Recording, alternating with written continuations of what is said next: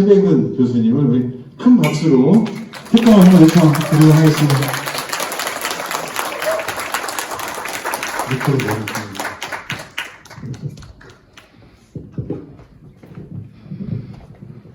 네, 다시 한번 인사드리겠습니다. 건국대학교 학생들을 가르치고 있는 최백은이라고 합니다.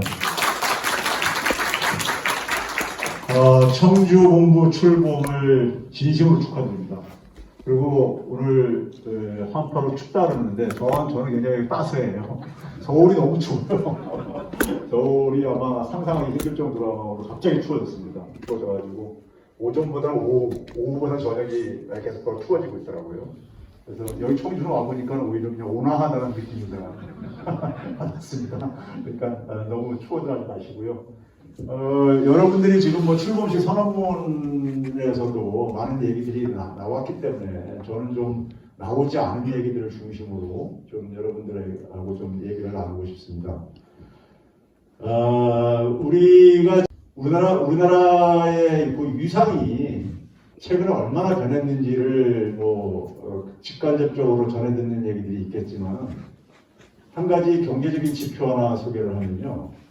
세계 불평등을 연구하는 연구소가 며칠 전에 만들어졌습니다. 우리한테는 아마 프랑스의 그 토마 피커티라는 학자, 21세기 자본이라는 책을 쓴 토마 피커티와 이제 같이 공동 연구를 자주 하는 사람들, 사이즈라든가, 그 다음에 혹은 그 선배 교수인 고인이 된 에킨슨 교수라든가 이런 사람들이 주도해가지고 만든 연구소인데 전 세계 이제 학자들의 지원을 받아가지고 요즘 그 인터넷 사이트에 들어가면 쉽게 있기 때문에 WID라고 치면은 쉽게 들어가서 볼 수 있는데요. 거기서 올해 발표한 보고서에 보게 되면요. 대한민국의 국민소득은 우리가 흔히 서유럽의 전통적인 선진국이라고 하고 있는 나라들 수준을 넘어섰거나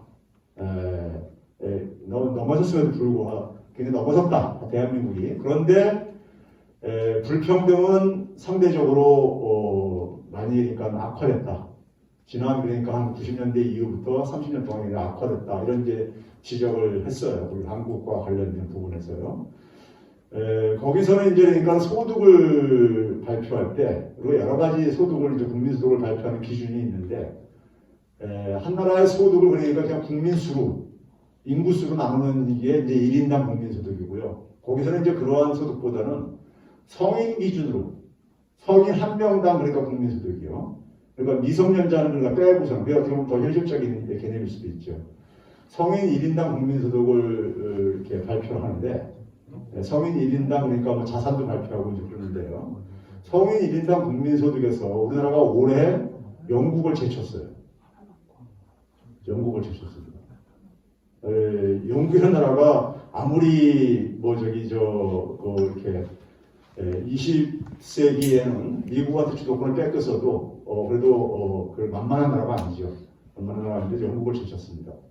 그러니까 스페인이라든가 이탈리아를 제친 거는 물론이고 일본도 제치고 했는데 영국을 제쳤습니다. 근데 그 비슷한 통계 수치는 OECD 같은 데서도 그러니까 1인당 국민소득으로도 내년도에 그러니까 영국을 제치는 걸로 우리가 지금 이렇게 발표하고 있어요. 거기는 이제 1인당 국민소득으로요. 이렇게 가고 있는데 그만큼 그러니까 우리나라가 경제적인 양적인 측면 속에서 국가적인 이상이 굉장히 그러니까 빠르게 지금 어쨌든 간에 위상이 변화하고 있는 건 사실입니다. 그런데 불평등 정도를 보게 되면은 상대적으로 굉장히 그러니까 우리가 좀 떨어져 있습니다. 그리고 불평등이 좀 선진국과 좀 심한 나라가 미국이라든가 영국이라든가 캐나다라든가 주로 앵글로색슨 계통의 이 나라들이 그런데 그런 나라들을 쫓아가는 이런 모습을 보여주고 있습니다. 이게 어떻게 보면 이제 우리한테 지금 현실적인 때문에 우리의 지금 현재 모습이라고 할 수 있겠는데 저는 이제 오늘 이제 초점을 이제 이재명 후보가 전환적 공정성장이라는 걸 내세우고 있잖아요. 전환적 공정성장하고 그다음에 이제 이재명 후보의 아무래도 상징성은 그 기본권 시리즈로 해가지고 기본주택, 기본소득, 기본금융 등으로 이렇게 알려져 있는 이 기본권하고 이 관계를 좀 이제 저는 말씀드리고 싶습니다. 이게 그러니까 한 몸입니다. 별개 문제가 아닙니다. 별개 문제가 아니고요. 전환적 공정성장과 동전의 앞뒷면을 이루는 게 이 경제 기본권들인데요. 전환적 공정성장이 왜 필요한가를 그러니까 우리가 좀 여러분들에게 오늘 기본소득과를 중심으로 해가지고 말씀을 드리고 싶은데, 지금 우리 상황을 보게 되면요, 우리가 흔히 이제 그런 얘기를 합니다. 코로나 팬데믹을 그러니까 우리가 발발했을 때 흔히 초창기에 그런 얘기들 많이 했어요. 소위 말해서 AC, 그러니까 애프터 코로나를 이제 우리가 비유해가지고 AC는 BC와 그러니까 비포 코로나, 그러니까 코로나가 있기 전 시기하고 전혀 다른 세상이 그러니까 우리가 전개될 거다 이런 얘기도 우리가 흔히 하고 그랬었어요. 그런데 그런데 우리가 코로나가 그러니까 사실 이게 2년이나 이렇게 지속되리라고 지난해 초까지만 해도 이렇게 오랫동안 지속되리라고 생각한 사람도 별로 없었을 것이고요. 그러다 보니까는 사실 애프터 코로나 이후의 세상은 그러니까 전혀 다른 세상에서 살아갈 것이다. 이렇게 말들을 했는데 사람들의 이 소위 말해서 생각 사고라든가 행동은 사실 그렇게 크게 변화한 것들이 안 보입니다. 안 보여요. 세상이 그러니까 근본적으로 다른 세상에서 살아갈 거라고 얘기했는데, 그런데 우리가 2년이 넘어가면서 이제는 그러니까는 다시 또 그 얘기가 다시 또 스멀스멀 나오고 있습니다. 스멀스멀 나오고 있죠. 미국의 연준 문제니까는 코로나 이후는 경제는 전혀 다른 경제가 좀 전개될 것이다. 금융위기 이후 때도 그런 얘기를 했었어요, 사실은요. 그런데 실제로 보게 되면은 선진국가들을 우리가 흔히 말하는 전통적인 선진국가들, 저는 20세기 선진국이라는 표현을 즐겨 쓰는데, 왜 그러냐면은 그들은 21세기엔 더 이상 선진국 지위를 유지하기 힘든 나라라고 생각해서 21세기는 전혀 다른 선진국을 지금 요구를 하고 있다고 저는 생각을 하고 있기 때문에 20세기 선진국이라고 표현을 하는데, 20세기 선진국가들이요, 지금 굉장히 체력이 그냥 우리가 이렇게 저질됐습니다. 그러니까 아까 얘기했듯이 영국이 우리가 영국을 추월을 했다는 것이 어떤 현상이 일어난 거냐면요. 지난 한 5, 6년 사이에 영국은 거의 정체를 해버린 반면에 우리는 어쨌든 조금씩이라도 앞으로 나간 결과가 이렇게 되는 거죠. 주요 국가들이 지난 한 5년 동안에 거의 정체 내지는 심지어는 후퇴한 나라들이, 소득이 후퇴한 나라들도 있습니다. 이게요. 자, 그런데 선진국가들이 자국에 직면한 그러한 문제를 돌파할 수 있는 전통적인 수단들이 거의 고갈돼 버렸어요. 고갈돼 버렸습니다. 지금 무슨 얘기냐면은 여러분들 알다시피 그러니까는 20세기 선진국가들의 그러니까 국가 소위 부채를 보게 되면은 다 GDP 대 100%가 넘습니다. 다 넘어요. GDP 대 100%가 넘어요. 그러니까 재정을 그러니까 엄청 투입을 한 거죠. 했어요. 그 다음에 또 이제 뭐냐면 중앙은행들이 돈들도 또 엄청 찍어냈어요. 엄청 찍어냈어요. 이제 그걸 회수한다고 그러죠. 그러니까요. 이게 인플레이션 이런 문제 때문에요. 그러니까 근데 이제 이들 나라들이 금융위기 혹은 유럽에서 유로존위기라고 했죠. 금융위기나 유로존위기. 이거 한 2, 3년 전에 있었는데 미국을 기준으로 하면 한 13년 정도가 되고 유로존위기를 기준으로 하게 되면 한 10년 전 정도에 있었잖아요. 그리고 나서 그러니까는 우리가 한 10년도 채 안 돼서 팬데믹이라는 충격을 또 한 번 받은 거예요. 이 팬데믹 충격은 그러니까 사실 글로벌 금융위기 못지않은 충격을 줬습니다. 경제적으로 그러니까요. 이 두 개의 충격을 받고 나서 그냥 그러기 상태로 지금 이렇게 빠져 있어요. 20세기 선진국가들이. 근데 문제는 뭐냐면은 체력이 굉장히 그러니까 고갈됐는데 거기다 불평등은 굉장히 거기도 마찬가지로 심해졌어요. 전통적으로 불평등을 치유할 수 있는 대표적인 방법은요, 뭐냐면은 재정입니다. 제가 흔히 얘기하는 게 경제는 돈의 배분 문제라고 제가 표현을 하거든요. 근데 우리가 민간 영역에서 돈을 배분하는 게 금융이라고 한다면은 공공 영역에서 돈을 배분하는 게 재정의 역할입니다. 민간 영역은 그러니까 우리가 기본적으로 우리가 1원 1표 돈의 힘이 지배하는 세상입니다. 제가 학생들한테 강의하면서 저하고 여러분들하고 은행을 이용할 수 있는 기회가 똑같냐? 그럼 당연히 아니라고 생각하죠. 제가 훨씬 이용 조건이 좋잖아요. 그렇죠? 은행을 그러니까 대출도 받을 수 있을 뿐만 아니라 상대적으로 저금리도 받을 수가 있죠. 근데 많은 학생들 같은 경우는 못 받죠. 이용조차 접근조차 못하죠. 굉장히 그러니까는 이 기울어진 운동장입니다. 금융이라는 것은요. 그거를 그러니까 일종의 그러니까 우리가 보완해주는 부분이 바로 어디냐? 재정 영역인 겁니다. 재정은 기본적으로 선출 권력이 다 담당하는 것이죠. 선출 권력이요. 그렇죠? 선출 권력은 기본적으로 우리가 민주주의 원리가 작동하는 영역입니다. 1인 1표가 작동하는 영역이죠. 그렇죠?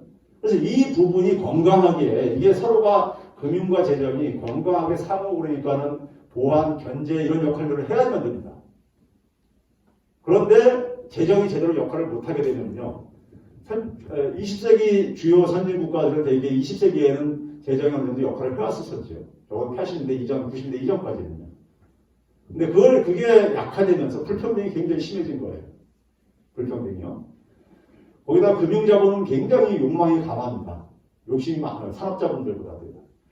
어쨌든 간에 그러다 보니까 그런 상황 속에서 재정이 그러니까 거의 고갈되다 보니까는 재정을 가지고 그러니까는 이 불평등을 해소할 수 있는 여력이 없어요. 선진국가에. 그럼 새로운 세금이라도 걷어야 되는데 새로운 세금을 하는데 세금 걷기가 쉽지가 않습니다.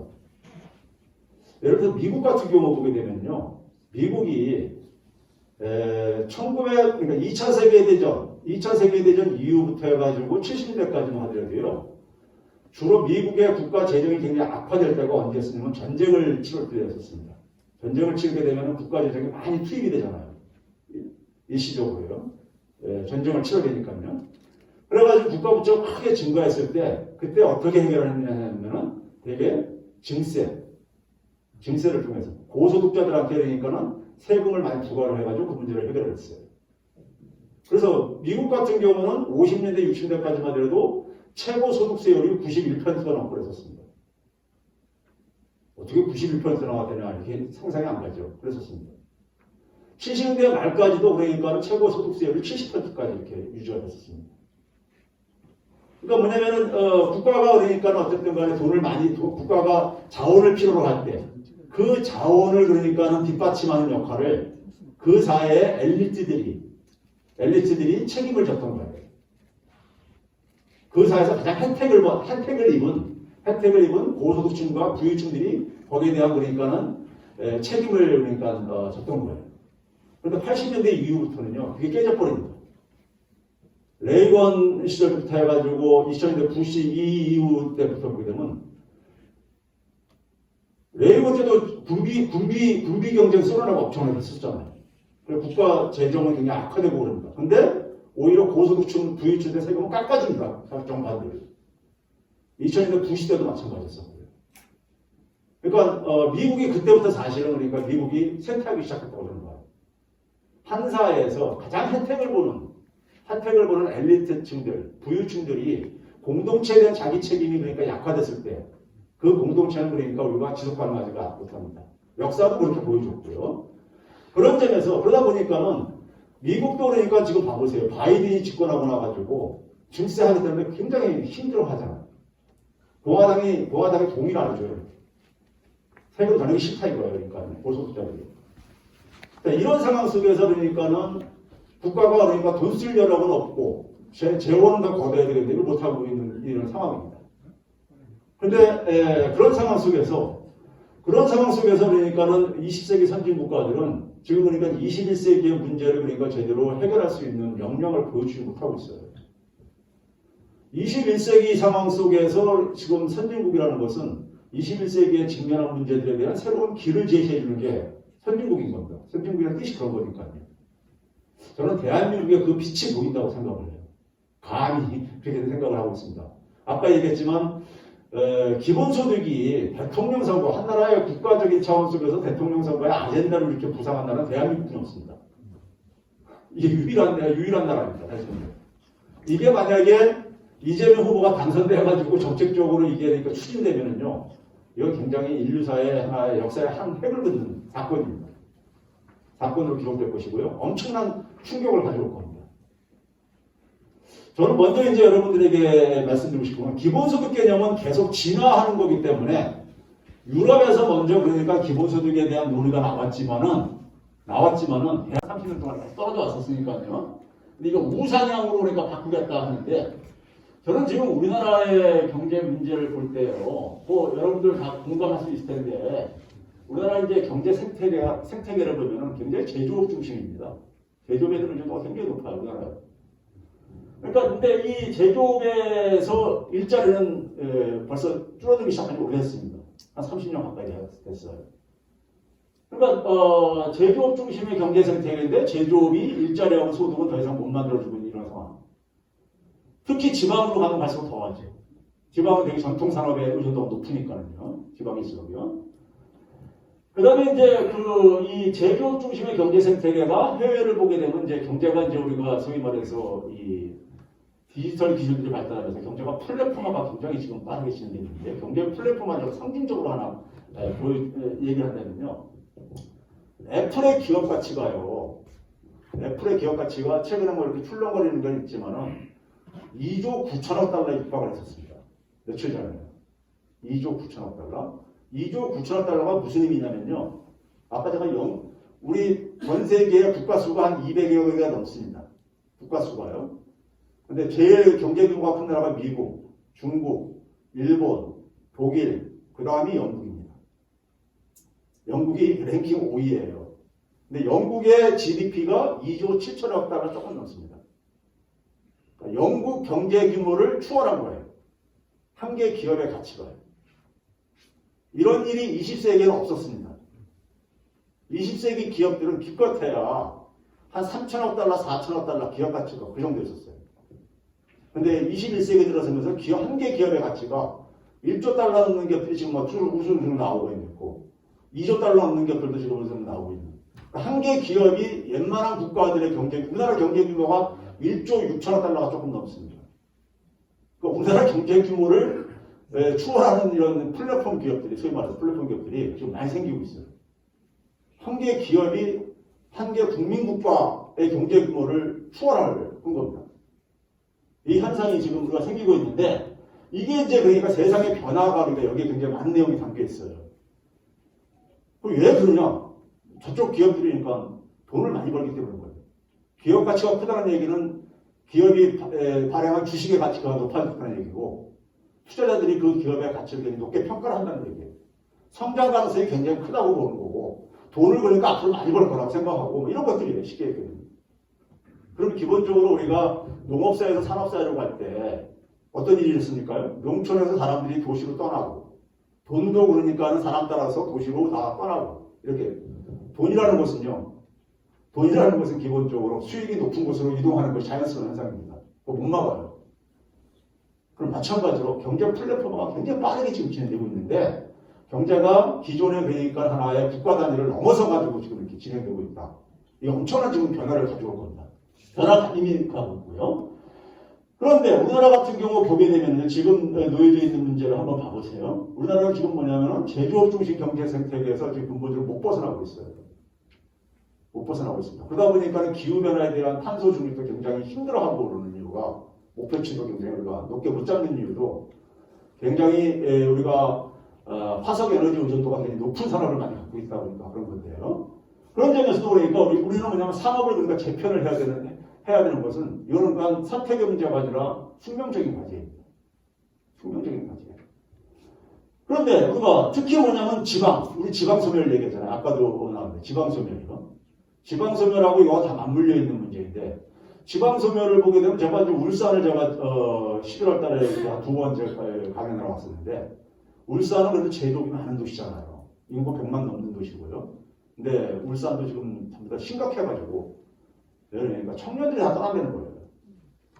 제조업에서 일하기 싫어한다는 거예요. 청년들이. 떠난다는 거예요. 청년들이 왜 떠나겠습니까? 제가 그래서 그런 얘기를 해요. 청년들이 제조업 기피하는 거 이거 그러니까는 이상하게 생각하면 안 된다. 저는 70년대 후반하고 80년대 초까지 대학을 다녔었는데 저희 세대들 이렇게 생각해보면요. 저희 세대들이 농사 짓는 거 굉장히 싫어했었어요. 젊었을 때요. 지방에서 올라온 친구들 보게 되면은 그 주말에 이제 그러니까 아버지가 고향에서 올라와가지고 너 공부 그렇게 할 거면 내려와서 저기 저 똥찌개나 집에서 농사지으라고 그런데 했는데 농사지으러 가기 싫어가지고 억지로 공부를 해가지고 공부 열심히 해가지고 그 친구들도 있고 그런 거 제가 못 그렇다고 했는데 그 농사짓는 거 싫어하고 뭘 그랬었냐면은 뭐 국제통상이라든가 이런 것들 그냥 이렇게 우리는 선호하고 그랬었습니다. 젊은 사람들은 자연스러운 거예요. 시대 변화에 따라서 그러니까 거기에 새로운 기술이라든가 시대 변화를 그러니까는 더 선호하는 것은 젊은 사람들은 당연한 겁니다. 그러니까 어떻게 보게 되면 제조업이 중요하지 않다는 게 아니라 제조업에 대한 그러니까는 이 매력을 별로 못 느끼는 거예요. 젊은 사람들이. 관심이 그러니까 다른 데가 있는 거죠. 그러니까 그 지방에서 그러니까 떠나요. 지방에는 그러니까 자기들이 하고 싶은 게 별로 기회가 없다고 보는 거죠. 기회가 없다고 보는 거예요. 기회가 적다고 보는 거죠. 없거나 적다고 보는 거죠. 그게 이제 우리가 보게 되면 청년의 일자리 보통 문제이죠. 뭐 서울을 온다고 해서 뭐 특별하게 무슨 뭐 그런 건 아닌데 서울은 그래도 양쪽으로 기회가 조금 더 많을 거라고 생각을 하고 있는 거죠. 그렇죠? 그래서 지방소멸, 청년 일자리 보통, 그 다음에 국가적으로 산업재평 문제, 이게 동전의 앞뒷 면들이에요. 한 현상입니다. 현상이에요. 그랬을 때 이 문제를 해결을 해야 되는 것이 저는 절대적인데, 제가 하나 이제 무슨 뭐 몇 가지 여러분들 좀 자극을 하나 주기 위해서 우회 그림이 뭐냐면은요, 우회 그림이라는 게 이 그림이 뭐냐면은 그 GDP분의 기업 가치 총액입니다. 기업의 가치는 그러니까 한 나라의 GDP하고 거의 일정한 관계를 갖는다고 생각을 해가지고 워렌 버핏이라는 데 만들어 놓은 지수인데 90년대 후반까지 거의 그러니까 이렇게 안정적으로 흐름이 이러다가 2000년대 갑자기 점프를 했어요. 기업의 가치 평가가 달라지고 아까 제가 2000년대 이후에 산업재편이 일어나면서 생긴 거예요. 플랫폼 기업하고 전통적인 기업하고 우리가 과거 제조업하고 농업만큼 차이만큼까지 그렇게 차이가 커요. 근데 이걸 이해하는 사람이 제가 별로 못 봤어요. 반려돈 기업인이든 간에. 또 하나는요. 자, 이 그림이 뭐냐면요. 이게 뭐냐면요. 우리가 자녀들을 다 그러니까 대학에 보내려고 하잖아요. 대학 진학시키려고 하잖아요. 왜 대학 진학시키려고 하는 겁니까요? 자녀의 몸값 높이려고 보내는 거죠. 쉽게 얘기하면요. 근데 우리가 대학을 졸업을 해가지고 대졸자는 기업에서 그러니까 임금을 많이 주기 때문에 대학을 다니려고 하는 거잖아요. 고졸자보다 이거. 그럼 대졸자가 사회에 나가서 수행하는 직무요. 직무하고 고졸자가 수행하는 직무는 차이가 있어야 되는 거죠. 주는 임금이 다르니까요. 그렇죠? 근데 대졸자가 수행하는 직무에 2000년 이전까지는 이 대학에서 그 공급하는 인지량이 그 기여를 했어요. 계속 증가를 해왔었습니다. 2000년 이후에 대학에서 공급하는 인지량이 급감을 하고 있습니다.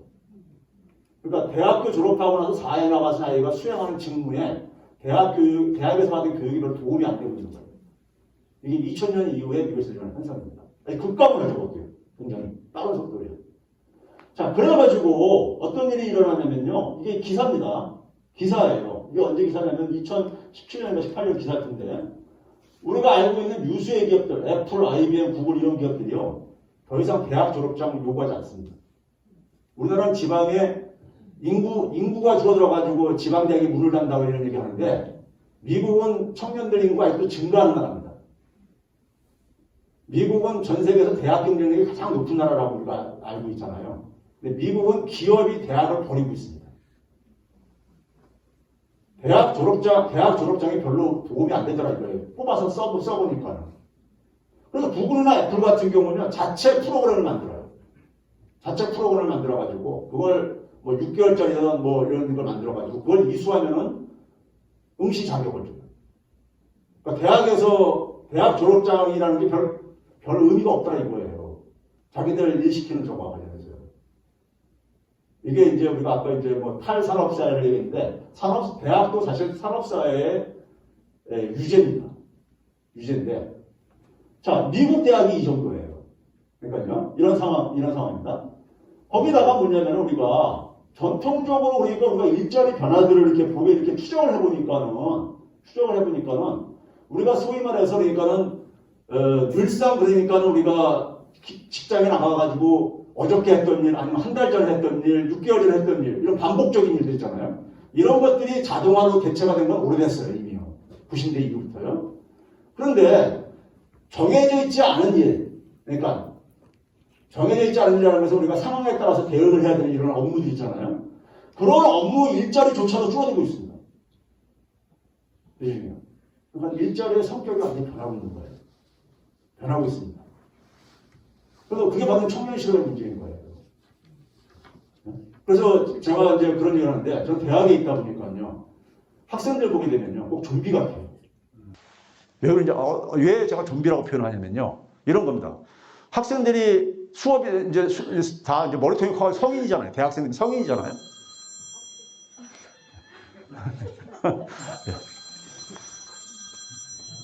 성인이잖아요. 대학생들은요. 대학생들은 성인인데, 그러니까 이제 뭐 고등학교 때까지 고등학생처럼 그냥 그러니까 무슨 뭐 매일 학교 뭐 부모님이 등 때밀어서 가고 이런 것도 아니고 지가 알아서 다 하는 거잖아요. 그러니까 수업 있는 날 학교를 딱 와가지고 그러니까 뭐 수업 있으면 수업 듣고, 그 다음에 이제 대학생들은 뭡니까? 자유가 굉장히 많이 허용되고 있잖아요. 생활 속에서요. 그런데 애들이 어떤 상황에 빠져 있냐면요, 학생들도 그러니까 취업이 어렵다는 거 다 알고 있잖아요. 지금요. 현실적으로.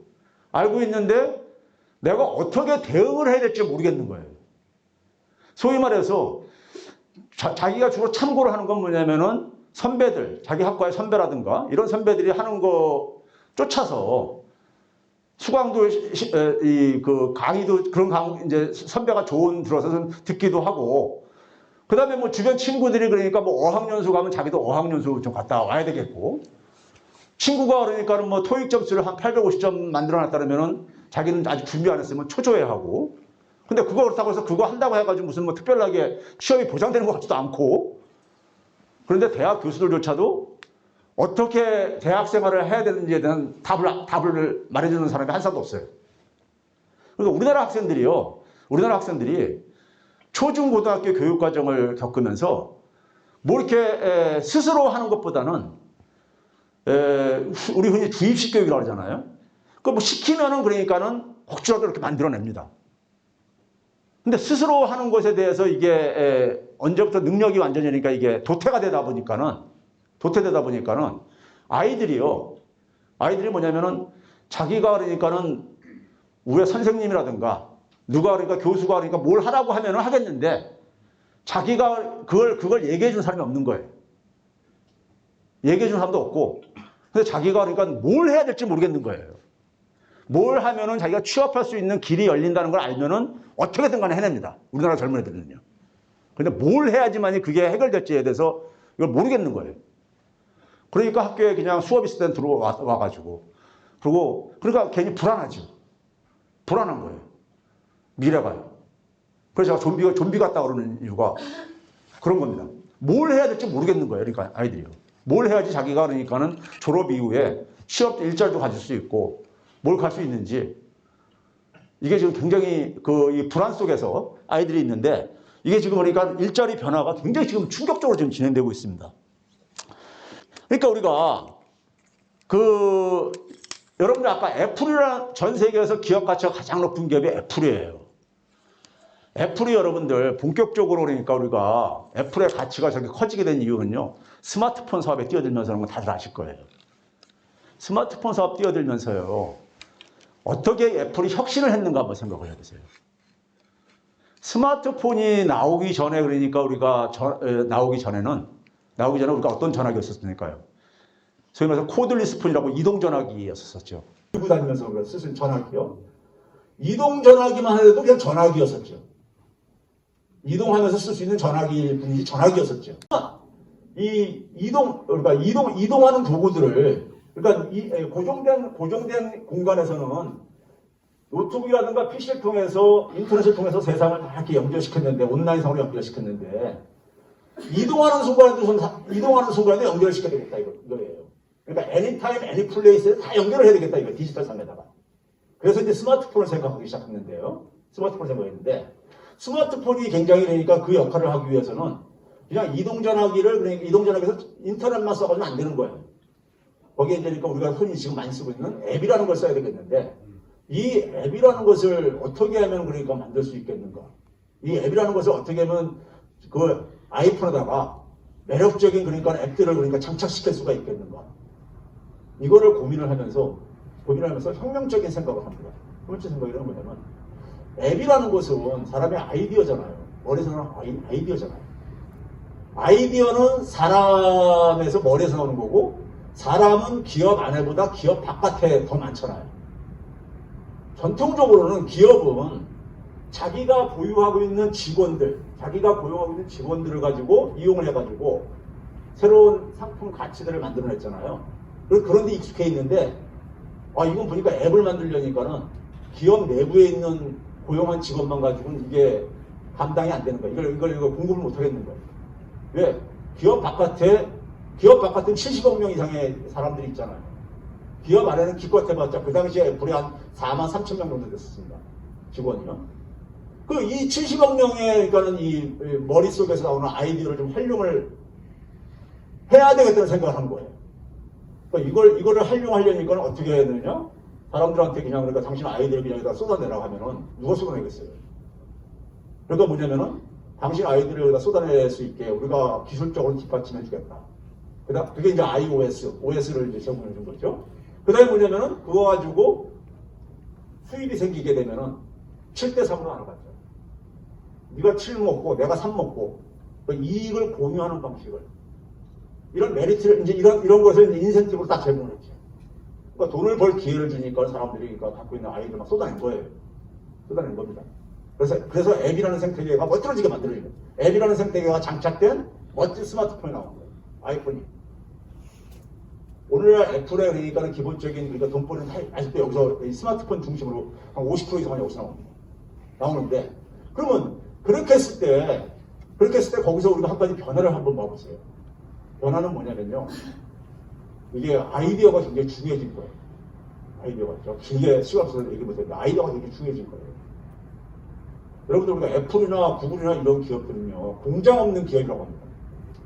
공장 없는 기업이요. 애플은 자기들 제품은 다 그러니까 스마트 아이폰 같은 경우는 대만계 기업인 팍스콘이 중국에서 그러니까 생산시켜가지고 조립시켜가지고 그래서 자기들이 물론 디자인 같은 건 하지만은 해가지고 하잖아요. 그 공장이 없어요. 구글도 그러니까 미래차 진출한다는데 공장 없습니다. 공장이 없는 기업이죠. 그러다 보니까는 기후 변화에 대해서 굉장히 적극적으로 대응할 수가 있는 거예요. 공장이 없으니까요. 그런데 어쨌든 간에 이 아이디어가 굉장히 중요하게. 그리고 물론 그러니까 데이터라는 것도 굉장히 중요하고요. 근데 이 데이터하고 아이디어가 굉장히 중요해지는 걸로 시대가 변한 거예요. 그러니까 20세기까지는요, 경제학 책에 보게 되면 지금도요, 여러분들 혹시 경제학을 과거에 조금 공부해 보신 분은 경제학 책에 3대 생산 요소라고 해가지고 이런 말을 하는데요. 뭐라고 합니까? 토지, 노동, 자본, 3대 생산 요소가 있습니다. 근데 오늘날에는요, 돈은 그러니까 새로운 사업성이 보이는 사업만 있으면 돈은 얼마든지 돈은 되게 넘칩니다. 돈은 넘쳐요. 네? 노동도 그러니까 그래서 노동도 굉장히 충분히 공급되고 있죠. 근데 지금 21세기의 이 플랫폼 교체는 아이디어가 굉장히 중요해졌어요. 아이디어가 대상이 변한 겁니다. 근데 하여간 되게 고생했는데요. 근데 우리가 산업사회에서는 우리가 생산활동을 통해서 소득이 발생을 하죠. 그 생산활동에 생산활동에 참여하는 형태가 우리가 자본주의 사회 속에서는 노동인 겁니다. 그래서 경제학 책에 보게 되면요. 사람이 하루에 모든 사람이 24시간을 가지고 있는데 노동을 하는 시간과 그다음에 자기 시간, 여가 시간이라고 하죠. 여가 시간. 이걸 나누는데 노동을 하게 되면은 우리가 뭐라고 하냐면요. 노동을 하게 되면은 효용이 만족감이 줄어든다고 이렇게 표현하고 있습니다. 여가를 자기 시간을 갖게 되면은 이거는 효용이 증가한다고 이렇게 표현하고 만족감이 증가한다고 되어 있어요. 그럼 자기 만족감이 줄어드는 노동을 왜 하느냐? 반대로 그러니까 임금 소득을 받기 때문에 그걸로 이렇게 보상을 받기 때문에 노동을 한다고 이렇게 되어 있어요. 그러니까 노동하고 여가가 완전 대립적인 개념입니다. 경제학 책에서는 산업사회 속에서는요. 그런데 우리가 이 아이디어가 중요한 이 사회 속에서는 아이디어가 중요한 사회 속에서는요. 아이디어는 어디서 나오는 겁니까? 자기가 하고 싶은 일을 해야지만 아이디어는 많이 나옵니다. 하기 싫은 일을 하는 사람한테서는 아이디어 안 나오죠. 그래서 하고 싶은 일을 하는 그래서 이 21세기의 주요 기업들, 애플이나 구글 같은 기업들은요, 직업 뽑을 때 가장 중요하게 생각하는 게 뭐냐면, 내가 들어와서 수행할 직무에 얼마나 흥미를 가지고 있느냐. 이걸 굉장히 중요시해요. 왜 그러냐면은, 그거에 대해서 관심이 없는 사람을 뽑게 되면은, 얘한테서 아이디어를 기대할 수가 없다 이거예요. 아이디어를 기대할 수가 없다 이거예요. 자기가 좋아하는 일을 하는 사람은요, 사실 9 to 5 출퇴근 시간이 의미가 없습니다. 왜? 자기가 좋아하는 일을 하니까 퇴근하면서 지하철 타고 집에 가면서도 그 생각에 빠져 있을 게 아닙니까? 밥 먹으면서도 그 생각에 빠져 있고요. 그래서 그런 기업들은 자율노동을 추구를 하고 있습니다. 소위 말해서 그러니까 재택근무도 그러니까는 가능하다고 생각하는 거예요. 네? 세상이 그러니까는 노동이 그러니까는 아이디어가 중요한 아이디어가 굉장히 가치 창출에 중요한 시대에서는요. 중요한 시대에서는 노동이 그러니까는 우리가 하기 싫은 것이 아니에요. 돈을 받기 때문에 할 수 없이 하는 일이 아닌 거예요. 이게 아니어야 되는 거예요. 그러니까 우리가 쓰면서 경제가 플랫폼화가 된다는 게 그런 겁니다. 그런 건데 그런데 우리가 지금 뭐냐면 아이디어라는 것은 그러니까 우리가 사무실에 그러니까 우리가 그래서 4시간 앉아 있을 때하고 10시간 2배로 10시간 앉아 있을 때하고 아이디어가 2배로 나오는 게 아니잖아요. 아이디어라는 것은. 그러니까 노동시간과 관계가 없습니다. 노동시간과 아이디어라는 것이요. 그래서 그랬을 때 우리가 이것이 무의미해진 노동과 여가의 구분이 무의미해진 시대 속에서 우리가 산업재편을 하고 젊은 사람들은 되게 가까운데 이런 경제의 플랫폼화가 된 이런 분야에 관심들이 많아요. 20, 30대는요. 왜? 그 기술이 지금 그 관련된 기술에 대해 관심이 많다 보니까요. 그런데 이 아이디어가 많이 나오려면 어떻게 됩니까? 국민들이 그러니까 그래서 할 수 없이 그러니까 자기가 먹고 살기 위해 가지고 하는 노동 시간을 좀 줄여줘야 돼요. 줄여줘야 됩니다.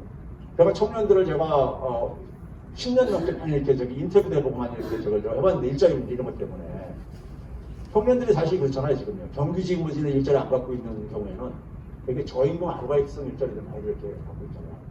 평균 한 3개 안팎을 그러니까 이렇게 일자리를 갖고 있어요. 그럼 이 일들이 그러니까 하고 싶은 일들은 아닌 거예요.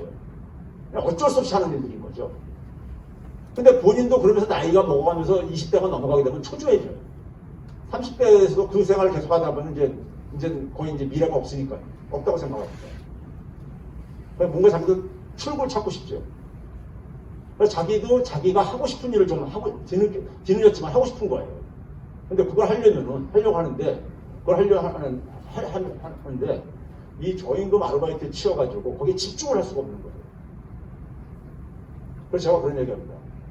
청년들이 그러니까는 우리가 자기가 관심 있는 것을 시도를 하게 하기 위해서는 좀 자기의 자유시간을 좀 우리가 지원을 해줘야 됩니다, 사회가. 자유시간을 지원해준다는 얘기는 그만큼 아르바이트 한 개 정도 좀 줄여줘야 된다, 이거예요. 줄여주는 것을 보완해주는 게 바로 청년 기본소득입니다. 청년 기본소득입니다. 청년들이 새로운 시도를 하지 않는데 대한민국의 변화가 가능할 것 같습니까? 그건 욕심입니다. 그래서 제가 그런 얘기합니다. 청년들에게 주는 기본소득은 이건 복지가 아니라 복지를 넘어서 사회 투자다. 기성세대와 국가가 우리가 한 나라의 미래라고 했을 때 먼 미래가 아니라 한 20년을 보려면은 그 나라의 그러니까 20대를 보면은 보인다고 해요. 20대가 어떠한 꿈을 꾸고 있고 어떠한 시도를 하냐에 따라서 그 나라의 20년 후의 모습은 결정된다는 얘기를 합니다. 우리가.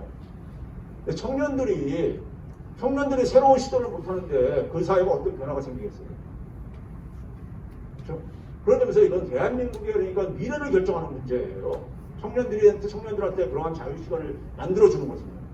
기성세대와 국가가 저는 최소한의 이것은 그러니까 의무이자 책임이라고 저는 주장을 해요.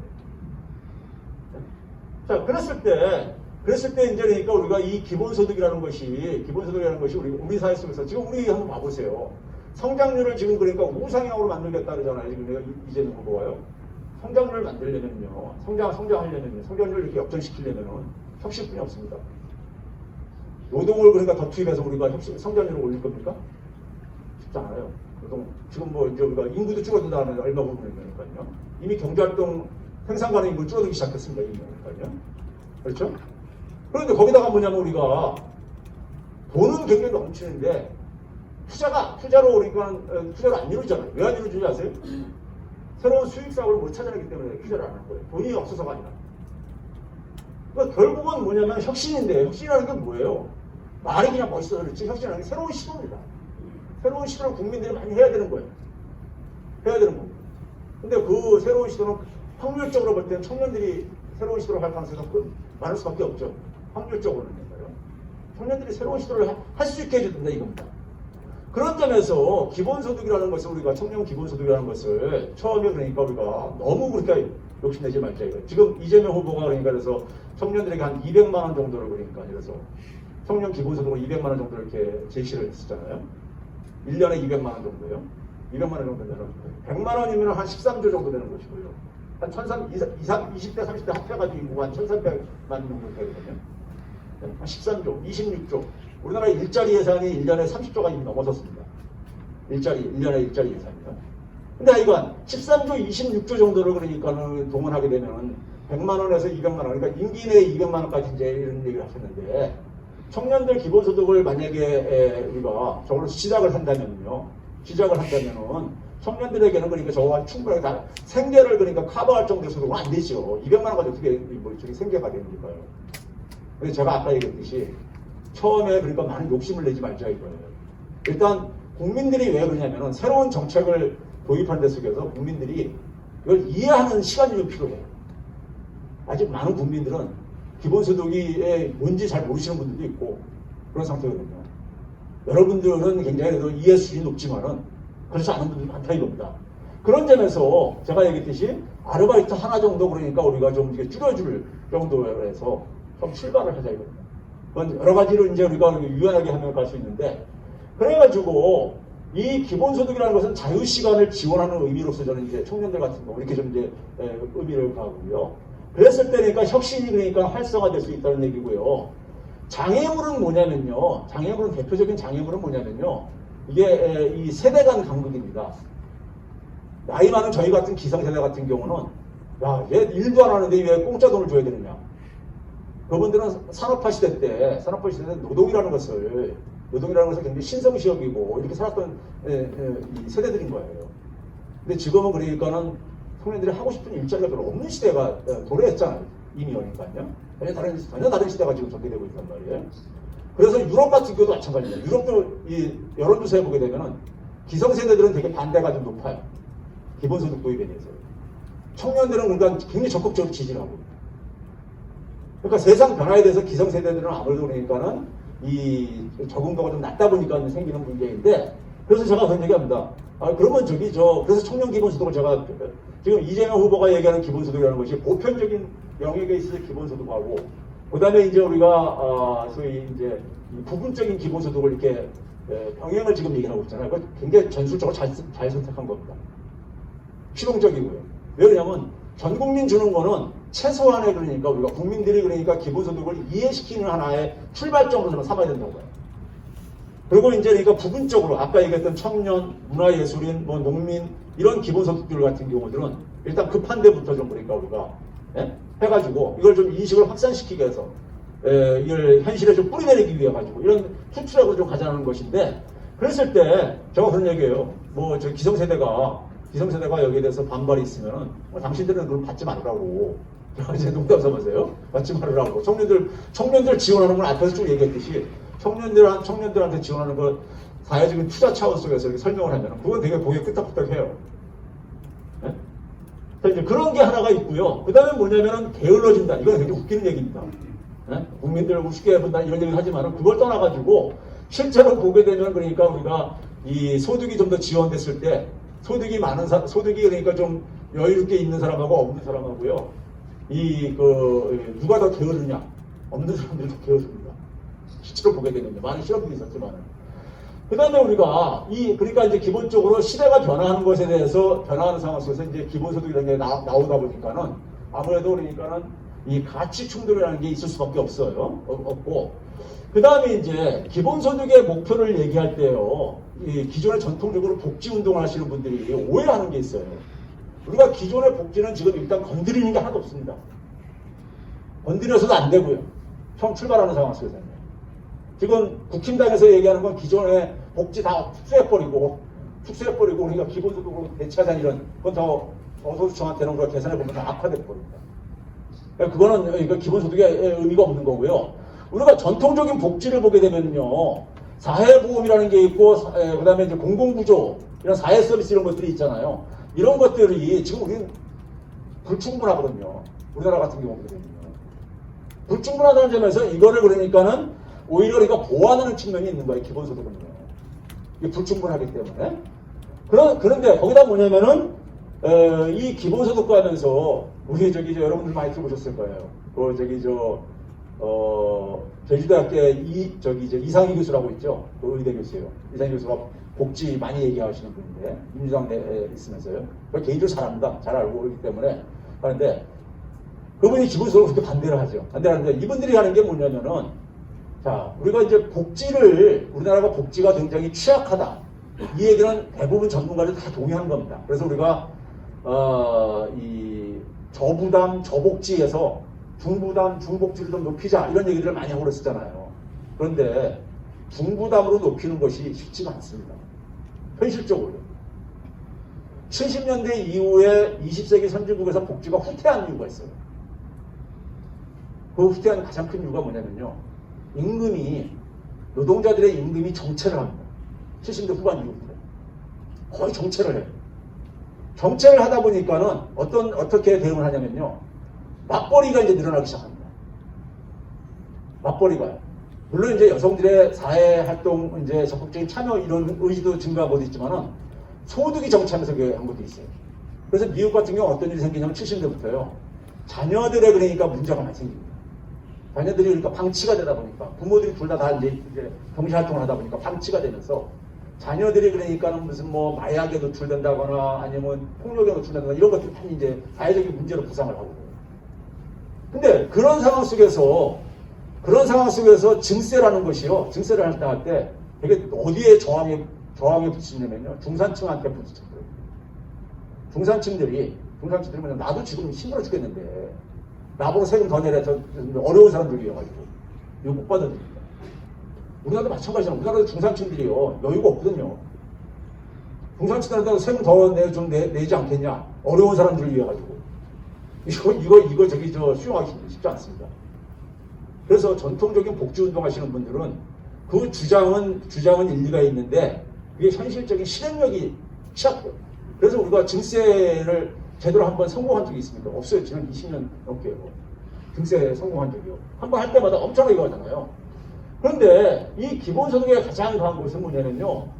지난해 전국민 재난지원금을 한번 주면서 제가 주변에서 그런 얘기 많이 들었습니다.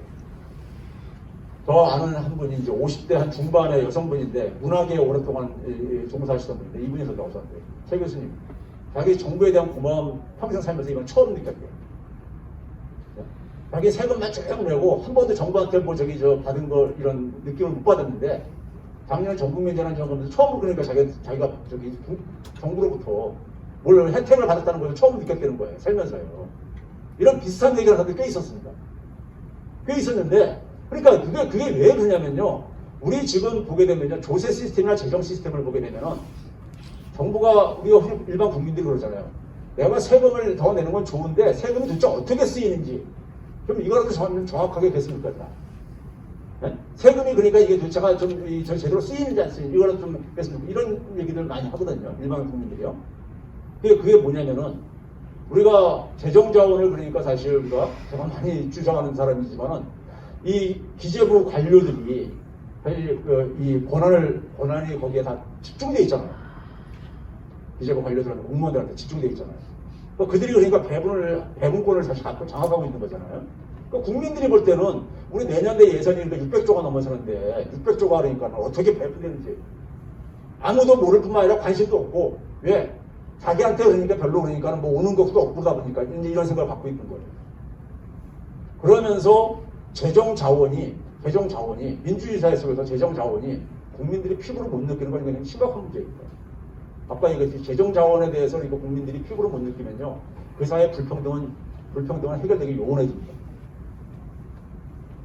자, 그랬을 때 우리가 이 그 기본소득의 의미는요, 저는요, 조세와 재정민주주의에 있는데, 자, 이제 기본적인 예를 들어서 제가 이제 얘기를 표현할게요. 먼저 그 얘기하기 전에 기본소득 우리가 흔히 요건으로 이렇게 5가지 이렇게 뭐 얘기하는 거 있잖아요. 네? 5가지요. 그러니까 모두에게 무조건 줘야 된다. 소득과 재산은 관계없이 모두에게 줘야 된다. 그다음 정기적으로 줘야 된다. 이렇게 이런 거에 틀에 좀 제발 좀 잡히지 마세요. 이거 서양에서 초기에 나올 때 대충 편의상 만든 거지 저게 절대적인 기준이 아닙니다. 우리 예를 들어서요, 지역화폐로 줘도 되는 것이고요. 그 다음에 우리가 농민기본소득이라든가 청년기본소득, 문화예술이라듯이 전 국민한테 안 줘도 기본소득인 거고요. 그 다음에 뭐냐면 1년에 그러니까 100만 원을 그러니까 9만 원씩 그러니까 매달 나눠서 줄 것이냐, 아니면 100만 원을 그러니까 25만 원씩 매번 나눠서 줄 거냐, 똑같은 겁니다. 그런 거에 그러니까 제발 형식 논리에 그러니까 따지가지고 에너지 허비하지 말라는 얘기인 겁니다. 자, 우리나라에 지금요, 이재명 후보가 얘기하는 것이 지금 기본소득교 국토부 있어야 되잖아요. 최근에 이걸 언론들이 조중동이 그러니까 세금만 계속 부과시키다 보니까 이쪽 기본소득 운동하시는 분들 속에서 토지 배당 소득, 토지 배당을 이렇게 우리가 바꿔서 부르자 이렇게 얘기를 하고 마이너스 토지세 이런 식으로 이제 하는데, 우리나라 토지에 대한 이 불평등이 굉장히 심합니다. 제가 이건 직접 계산한 당사자인데 조선 말보다 더 심해요 지금. 조선 말보다. 그래서 이 이게 불로소득이 엄청 많고 그러잖아요. 그래서 이런 겁니다. 지금 국토보유세를 가지고 전 국민한테 주자고 할 때 이것이 세금과 그러니까 조세와 재정이 그러니까 왜 민주주의 성격을 갖고 있냐면 이런 겁니다. 자, 예를 들면 이런 겁니다. 자, 우리 대한민국에 하위 40% 땅 한 평 없어요. 상위 1%가 전체 토지의 30%를 갖고 있습니다. 토지 가액을 기준으로 했을 때요. 가액을 기준으로 했을 때. 자, 그럼 예를 들면 이런 겁니다. 수치를 제가 예를 들기 위해서 수치를 만들었는데, 우리나라의 국민이 100명이라고 계산을 쉽게 하기 위해서 100명이라고 가정을 하고요. 여기서 우리가 토지세로 걷는 게 한 10,000 정도로 걷을 수 있다고 가정을 해보세요. 그럼 이 기본소득형 조세는 뭐냐면요, 이 거둔 세금을 그냥 바로 다 n분의 1은 안 주자는 얘기예요. 쉽게 해서 n분의 1이요. 그럼 100명한테 10,000원 나눠주니까는 100씩 나눠주는 거죠. 한 사람당 100씩 나눠가는 거죠. 그렇죠? 100씩 나눠가는 건데, 자, 우리나라 토지 소유 정도를 보게 되면 하위 40% 땅이 한 평도 없기 때문에 그냥 100을 그냥 받는 거예요. 세금 하나도 안 내고요. 세금 안 내고 받는 겁니다. 그리고 이렇게 이제 땅이 조금씩 이제 올라갈수록 이제 땅이 조금씩 있는 사람들인 거죠. 있는 사람들인데, 그 세금을 그러니까 이래서 고위에는 한 50을 냈다고 해보세요. 100을 받고 50을 내니까는 자기는 그러니까 순수하게 50이 더 추가로 생기는 거예요. 이렇게 했을 때 하위 90%까지는 그러니까는 자기가 낸 세금보다 더 많이 받더라 이거예요. 뭐 이건 이제 세율을 정하게 달려 있는데, 그리고 상위 5%만이 자기가 그러니까는 받는 것보다 내는 세금이 더 많다 이거예요. 그러면 논리적으로 볼 때 하위 90 내지 하위 95%까지는 반대할 이유가 없는 거예요. 내가 세금을 100을 냈는데 나한테 200을 돌려준대. 누가 그걸 반대하겠어요? 그렇죠? 이거를 그냥 바로 돌려주는 거예요, 그냥요. 그러니까 바로 돌려주는 거기 때문에 이거는 우리가 기재부 관료들이 갖고서 이걸 배분을 지그는데 하는 게 아니라 바로 돌려주는 거예요, 그냥요. 자, 그런 점에서 소득 재분배 효과도 가장 크잖아요. 땅이 한 평도 없는 사람은 그냥 100을 받는 거고, 땅이 조금 있는 사람은 조금 덜 받는 거고, 그게 순서대로 하니까요. 네? 토지로부터 거둔 세금 재원을 가지고 그걸 그래다 돌려주는 거 때문에 소득 재분배가 굉장히 큽니다. 근데 이렇게 하는 게 가장 큰 장점은 뭐냐? 한 90% 내지 95%는 반대를 안 한다 이거예요. 예, 손해보는 게 없으니까. 자신들이 손해를 안 보니까. 그래서 실행력이 높아요. 새로운 세금을 도입하면요, 저항이 굉장히 심합니다. 이 저항을 넘어서는 게 정치적으로 쉽지가 않습니다. 근데 이 기본소득형 세금은 설계를 한 90% 정도까지 그러니까 손해보지 않게 설계를 할 수가 있다 이거예요. 그럼 90%가 국민이 반대를 안 하는데 지지를 하면은 그럼 관철이 쉽지요. 그래서 기존의 복지 재원보다도 훨씬 더 마련하기 쉽다는 게 있거든요. 네? 그리고 관료들이 개입할 곳이 없어졌거든요. 바로 다 그냥 배분돼 버리는 거거든요. 관료들이 자기들이 병하는 게 아니기 때문에요. 그리고 이걸 가지고 이제 계산해 봤을 때요. 이걸 가지고 계산을 해 봤을 때 예를 들면 그겁니다. 작년도 그러니까 우리가 그래서 토지 자산을 가지고 계산해 보니까 한 7,300조 원 정도 돼요. 우리나라에. 비업무용 토지라든가 뭐 이런 걸 해가지고요.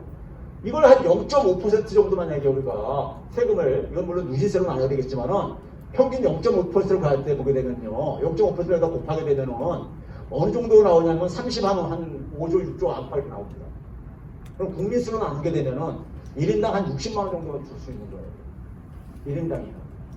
그럼 1인당 60만 원을 주는 거를 가지고, 예를 들면, 1인당 60만 원이면, 그러니까, 한 달에 5만 원꼴뿐이 안 되는, 한 달에 5만 원꼴뿐이 안 되는 거잖아요. 그렇게 하지 말고, 설 명절 때 30만 원, 추석 명절 때 30만 원, 1년에 2차례 정도를 명절 때 30만 원, 1인당 30만 원씩 주면 4인 가족이 120만 원이면 명절 때 충분하게 씁니다.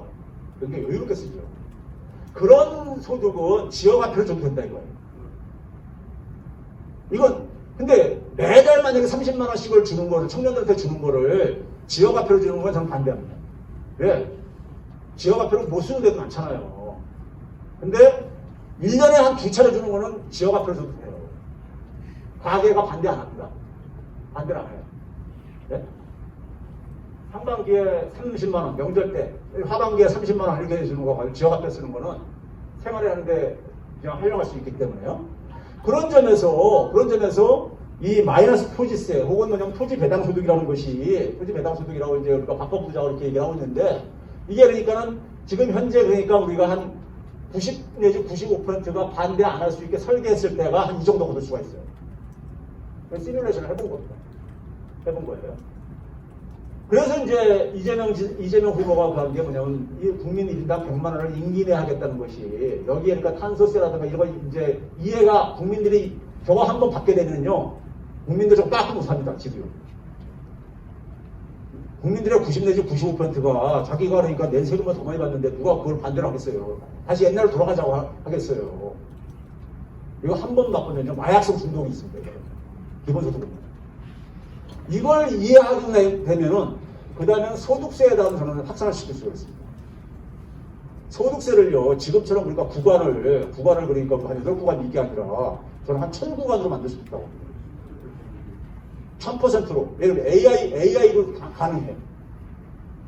예를 들어서 그러니까 1년에 그러니까 50억 버는 사람하고 500억 버는 사람하고 세율이 같아야 되느냐고요. 아니잖아요. 틀리잖아요. 틀리게 해야죠. 이건 저는 1000%로 다 나야 된다고 봅니다. 이건 AI로 가능해요. 그건 뭐 별로 어려운 거 아닙니다. 그래서 소득세에다가 도입할 수 있어요.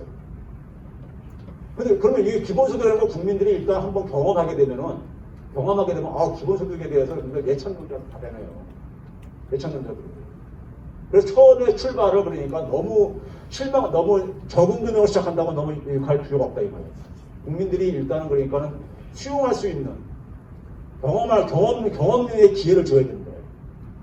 정책이라는 것은 일단 뭐냐면 연착륙을 시켜야 되는 거거든요. 네? 그래서 이 마이너스 토지세로 일단 시작하게 되면요. 일단 뭐냐면 우리나라 부동산 투기의 대부분은 뭐냐면 이 토지로부터 발생합니다. 건물이 아니라.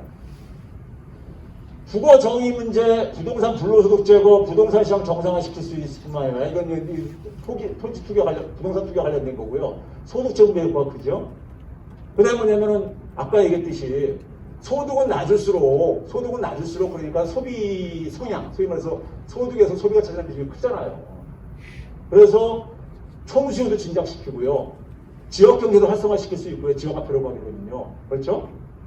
거기다가 뭐냐면은 이 국민들이 했던 간에 새로운 추가 소득이 생기게 되면은 자기가 그동안에는 그러니까 먹고 살기 위해서 했는데 자기가 좀 하고 싶은 일을 좀 시도할 수 있다 이거예요.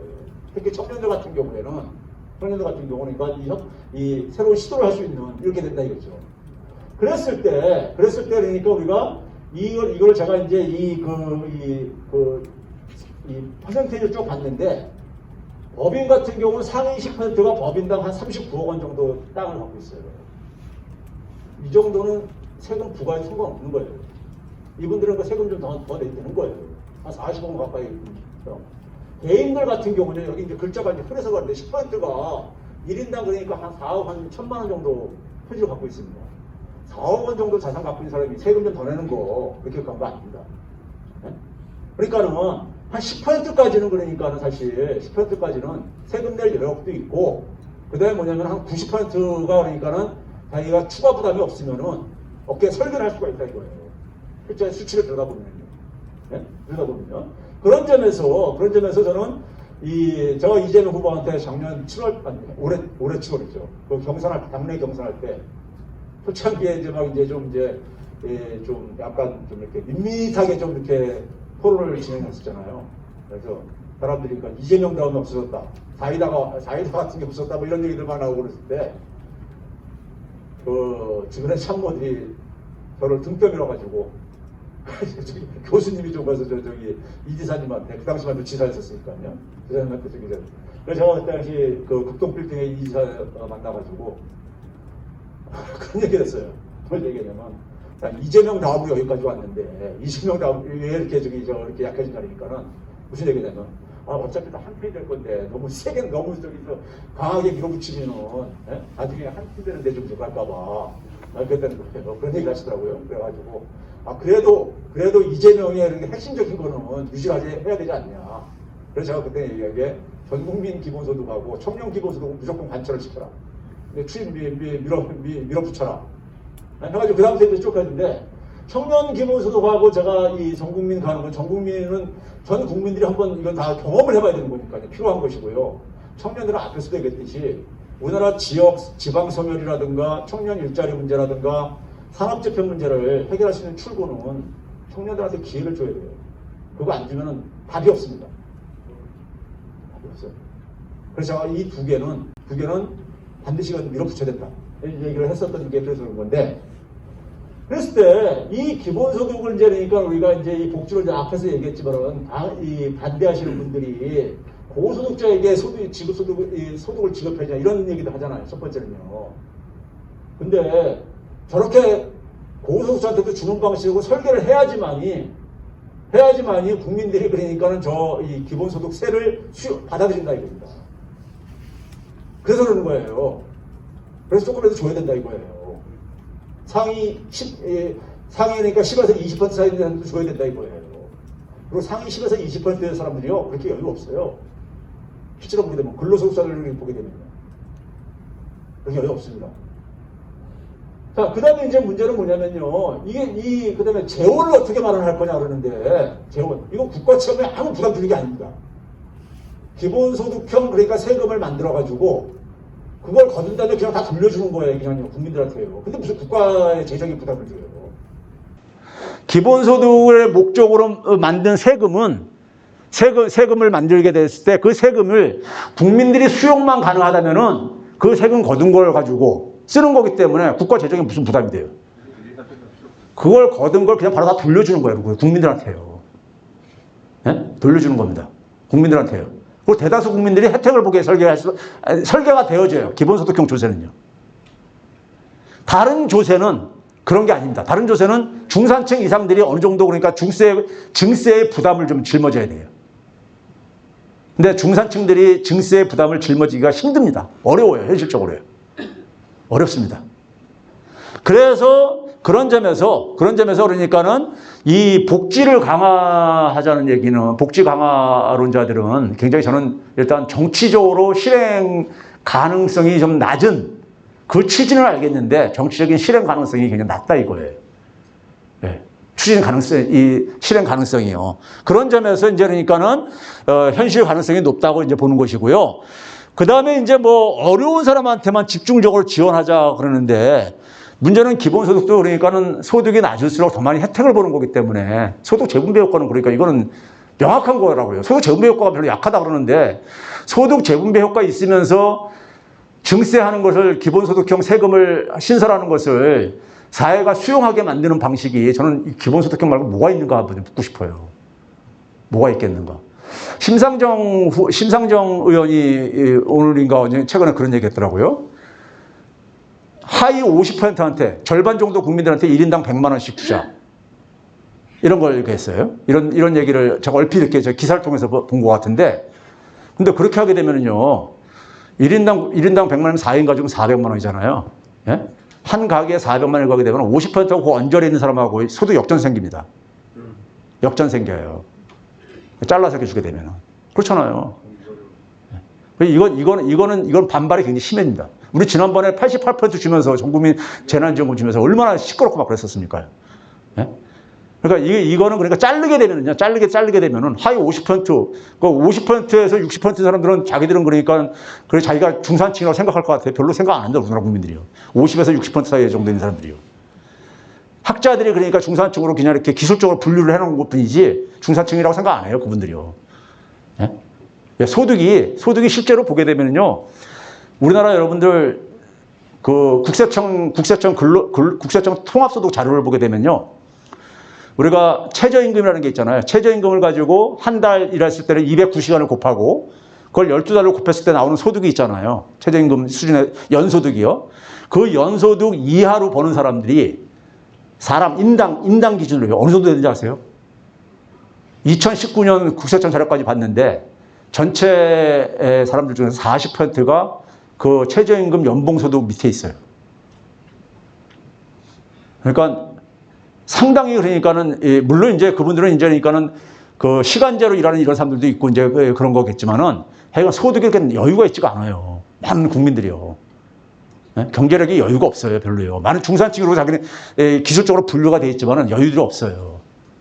그래서 이게 만약에 50%만 자른다고 하게 되면 50% 위에 있는 사람들 중에 반발 되게 심합니다. 이건 관철시키기 쉽지 않아요. 예? 쉽지 않고. 그런 점에서 저는 제가 볼 때 현실적으로 기본소득이라는 걸 아직 국민들이 아직 이해가 적다 보니까는 많은 일부 이제 그러니까 이게 지금 기본소득을 가지고 제가 이제 방송에서 그런 얘기 많이 했지만은, 이거에 대해서 논란이 많은 이유는 뭐냐면요. 이런 겁니다. 여당의 유력 후보가 그러니까 이로 되기 전에, 당선되기 전에 이재명 지사가 유력 후보였을 때 그분의 어쨌든 간에 상징성이 기본소득이었잖아요. 이미지가요. 그러다 보니까는 기본소득에 대해서 관심을 갖고 연구한 사람들은 아주 극소수입니다, 우리 사회에서요. 강남훈 교수를 비롯해가지고 극소수들이에요. 왜 그러냐면은 기본소득이 이렇게 그러니까 빠르게 대한민국에서 확산되리라고 아무도 생각도 안 했고, 그럼 관심도 없었어요. 학자들조차도. 그러다가 갑자기 이게 사회적으로 주요 아젠다를 부상하다 보니까는 벼락치기로 막 공부를 해가지고 한마디씩 거드는 거예요, 대충 알고서는. 근데 제가 볼 때는 정확히 알고서는 얘기하는 사람이 거의 없더라고요. 전문가들조차. 그러니 일반 국민이 오죽하겠어요. 일반 국민들은 그러니까 사실 그렇지만 다행스러운 건 뭐냐면은 작년에 전국민 재난지원금 하면서 경기도에서 그러니까 전국민 재난 기본소득이라고 그렇게 경기도 재난 기본소득을 부른 것도 굉장히 잘 선택을 하시지만은 전국민 재난지원금을 경험을 하면서 기본소득이 그때 같이 이제 좀 이렇게 뜨기 시작했거든요. 그러면서 많은 국민들이 이게 기본소득 비슷한 게 아닌가, 이런 이제 연상을 갖게 된 아주 좋은 기회를 가진 거예요. 경험을요. 그러다 보니까 기본소득이 인하만 됐죠. 만약에 작년에 저는 팬데믹이 없었으면요, 기본소득 이거 대통령 선거의 아젠다로 부상하기 불가능했습니다. 불가능했어요. 그 대한민국이 그러니까 우리가 전국민 재난지원금을 소멸성 지역화폐로 주면서 이게 창조적인 경제정책입니다. 전 세계에서 우리나라밖에 없었던 거예요. 우리나라는 전문가들이 갖고 있는 치명적인 약점이 뭐냐면요, 선진국에서 안 한 거는 할 생각을 안 해요. 사례가 없다, 이런 식의 얘기로. 근데 지금은요, 21세기는 누가 새로운 걸 만드느냐가 이게 중요한 거예요. 왜? 전혀 새로운 문제를 지금 우리가 겪고 있거든요. 예? 그런데 이걸 과거 20세기 문법을 가지고는 도저히 이게 해결이 안 된다는 것을 20세기 선진국가들이, 팬데믹 상황에서 20세기 선진국들이 얼마나 지금 그러니까 처참하게 처참한 모습을 드러냈습니까? 예? 그렇죠? 그런 점에서 작년에 그러니까는 우리한테는 제가 볼 때 굉장히 구군이 따라줬던 게, 작년에 그러니까 전국민 재난기본소득을 어쨌든 관철시키면서 소멸성 지역화폐로 연결시켜서 했던 것이 이게 천운이 간 거예요. 그 당시에도 홍남기 부총리가 엄청 반대했거든요. 청와대 내부에서 반대하는 사람 많았었고요. 전국민 주는 거에 대해서요. 근데 이게 어쨌든 관철이 됨으로써 이 기본소득의 중요한 한 고비를 넘어서 버린 거예요. 중요한 고비를 넘어선 거예요. 그래서 제가 작년 하반기에 한 번만 더 관철시키자. 제가 이러면서 굉장히 그랬었는데, 한 번만 더 관철시키게 되면은 이거 완전히 구치기로 들어간다. 했는데 그걸 관철을 못 시켰죠. 못 시켰는데 그걸 또 막으려고 한 세력들이 좀 있었고요. 근데 어찌됐든 간에 이거는 우리한테는 굉장히 그러니까 행운이 따른 거예요. 우리나라 대한민국에는요. 그런 점에서 이 기본소득이 도입되면은요, 이거 혁명적인 사건입니다. 여기다가 저는 이제 기본금융, 청년들한테는 그러니까 기본금융, 청년들이 그래서 새로운 시도를 하는데 아이디어가 있을 때 그거를 사업으로 실행하려면은 돈이 좀 필요하잖아요, 지원이요. 그렇죠? 그랬을 때 그러니까 이재명 후보가 얘기하는 것이 1인당 한 1,000만 원 정도 쓸 수 있게 해주자는 거 아니에요. 마이너스 통장으로요. 한 10년, 20년 이렇게 동안요. 그러면 1년 동안 이자만 하더라도 이자만 하게 되면 신용등급 1등급한테 주는 이자로 가게 되면 한 3% 요즘 조금 넘었지만은 하면 1년에 그러니까 한 30만 원 이자 내는 거예요. 적게는요. 30만 원이면 한 달에 2만 5천 원 정도 되는 겁니다. 부담 별로 없죠. 예? 그런 점에서 그런 것들을 청년들한테 그러니까 우리가 기본주택과 그다음에 기본소득과 더불어서 기본금융을 주게 되면은 대한민국의 변화의 가능성이 저는 이제 시작된다고 봐요. 그래서 대한민국이 그러니까 21세기에 20세기와 다른 새로운 선진국으로 부상을 할 수 있냐 없냐 하는 문제가 지금 이재명 후보가 얘기한 전환적 공정성장. 전환적이라는 게 시대 전환기에 지금 우리가 지금 살고 있다는 것이고요. 그 시대 전환기에는 그러니까 새로운 문법이 필요하다는 것이고 새로운 사회 계약이 필요한 것이고요. 새로운 국민들한테는 새로운 권리가 그러니까 사실 그러니까 재구성돼야 해줘야 되는 것이고요. 그게 정치인들이 해야 될 일인 것이고 그걸 우리 이재명 후보가 하고 있는 겁니다. 자, 이걸로 마치겠습니다. 감사합니다. 네, 고맙습니다.